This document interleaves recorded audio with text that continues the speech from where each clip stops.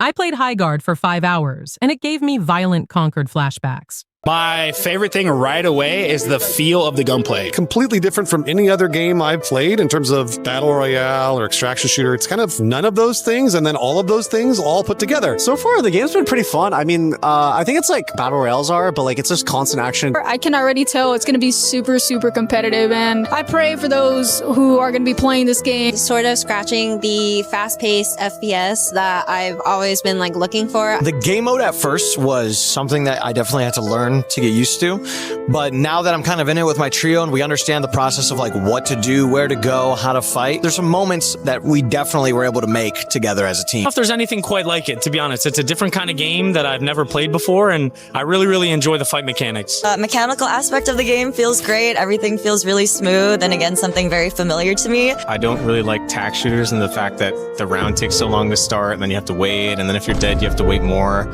The horse is what I like the most. It's kind of weird to say out of everything, but like I never played a game where a mount in this manner was like that, I would say.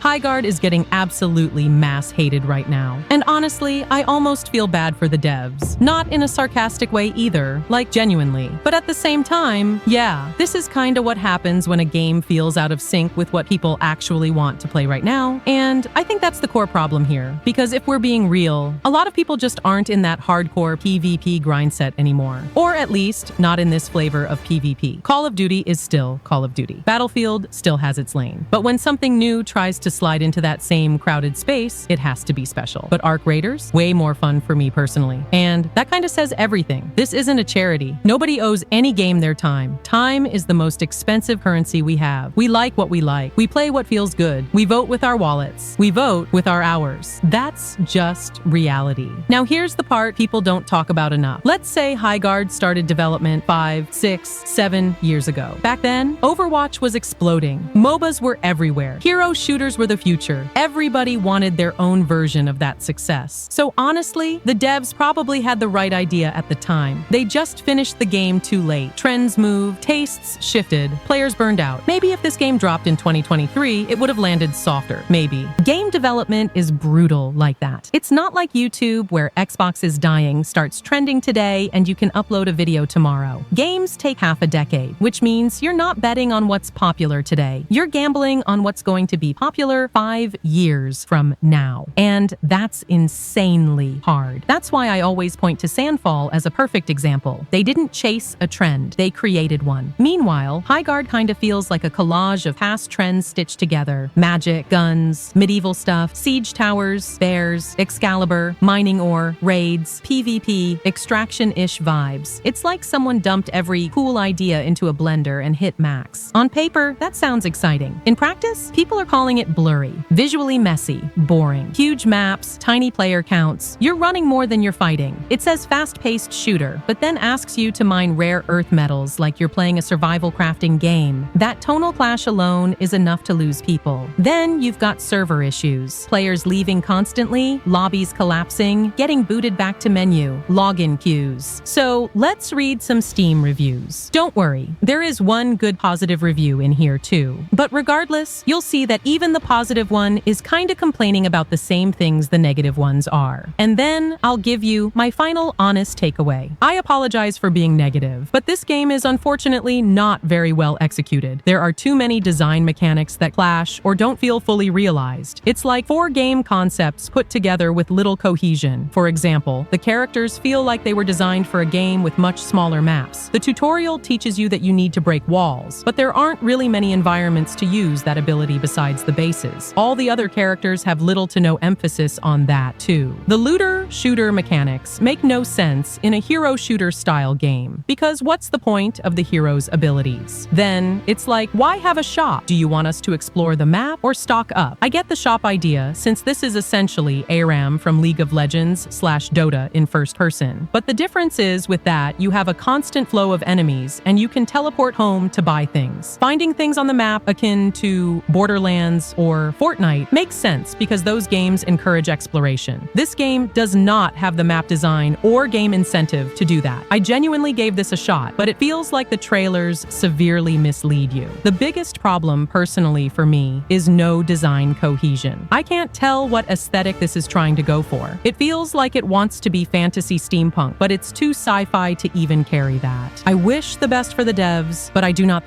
I will be playing this anymore. I was cautiously optimistic for Highguard. I didn't want to assume anything of the game ahead of launch. With that in mind, I am disappointed with what I played. Above all, the game is boring. There are no NPCs to populate the maps, meaning the only engagement with the maps is looting extremely surface-level loot. The movement and shooting is just fine. Outside of mounts, which actually control very well, the visuals, even at 100% res scale with no upscaling, are blurry, with things such as forced motion blur. Performance is much worse than the visual presentation or listed requirements would lead you to expect. The raid game mode becomes repetitive extremely quickly, within a couple of matches, honestly. Highguard touts itself as a new breed of shooter when all it culminates to is combining aspects from every popular shooter thoughtlessly. Edit. I went back to see if I was being unfair, and no, I was not. This is actually one of, if not the most dull multiplayer PvP game I have ever played. It got to a point where I was begging for my last game to end. Highguard is this week's punching bag, and that makes any positive review for it awkward because I can imagine to some it feels reactionary to the already bizarre reactionary hate coming towards it. But I've now played a few matches and had a couple of close back and forth ones, and honestly, this game's not going to be for everyone, but apparently it's for me because I am having an absolute blast with this. So let's get the initial main pet peeve out the way. The optimization needs some work, and this is where not having a beta is likely going to hurt the most for first impressions. Frames can be inconsistent, and that can make the crazier firefights in the bigger destructible arenas can feel off for it. It absolutely needs some more options and a bit of under-the-hood tuning to get it to a place where things will feel consistent and sharper as an image. But as a game to play, it's genuinely interesting and fun and odd. And that oddness will take a bit of a learning curve, as well as a bit of developer rebalancing to keep the looting phase a bit more dynamic. But the basic idea is this. It's a 3 versus 3 hero shooter with 2 main parts. Looting a big map like you're playing a battle royale style game, which then leads to a game of invading or defending a base as people try and plant bombs in it. That means matches have big pacing shifts of quieter looting and preparation, and then absolutely hectic close quarters battles. If you're unevenly matched and someone steamrolls, you'll be done in a few minutes. But if you have a big back and forth, then the match will turn into a 30-minute epic. And while I've seen some criticism of the 3 versus 3 format being too few people for the larger parts of the map, I honestly couldn't disagree more. It gives time to breathe, it makes firefights and area control feel more manageable and personal, and it makes some of the fights where people are chasing each other on horseback actually have a bit of back and forth without more players leading to instant times to kill. More players could be fun, sure, but I actually think it'd hurt some of the game's pacing and more intense moments quite significantly. There's a learning curve. You need to get a couple of matches in to hopefully get skill levels that are more equivalent between both teams, and you need to get used to the general pacing structure. But in those matches I've had so far, there have been some genuinely amazing moments of teamwork and funny silly plays, and I was smiling the whole time. I totally got it, and I think some, not all, but definitely some people might be too eager to dismiss a game that with just a little bit of time and patience they may come to absolutely love. As someone who does not typically like battle royale games and intense no-respawn defense games like Rainbow Six Siege, this game strikes a balance of intensity without being overwhelming or frustrating like those genres can be. The pacing makes me feel closer to a game like Gigantic than it does any battle royale game. It's intense, but you are allowed to breathe once in a while, which is honestly very nice for me. Add to that a free-to-play game that, as far as I can tell, isn't overflowing with FOMO and loot box systems systems, and so far hasn't done a single pop-up to tell me to go spend money or try to intentionally frustrate me. And I don't know, it was kind of refreshing to see. It's just hard not to feel that this game is being done a great disservice. In my currently short time with the game, I think it honestly resonated with me in a way. I loved it. It's a shame that a bizarre prejudice towards the game, for whatever reason, may try and spoil that. I say go in with an open mind if you can, and just give it a little bit of time to find a feel for it, especially if you have a friend or two to communicate with, because if you have even half the fun I just had in the last couple of hours, I think you'd agree that you had a great time. See those grey walls in the building behind me? Yeah. Point that rocket and wipe them out. Okay.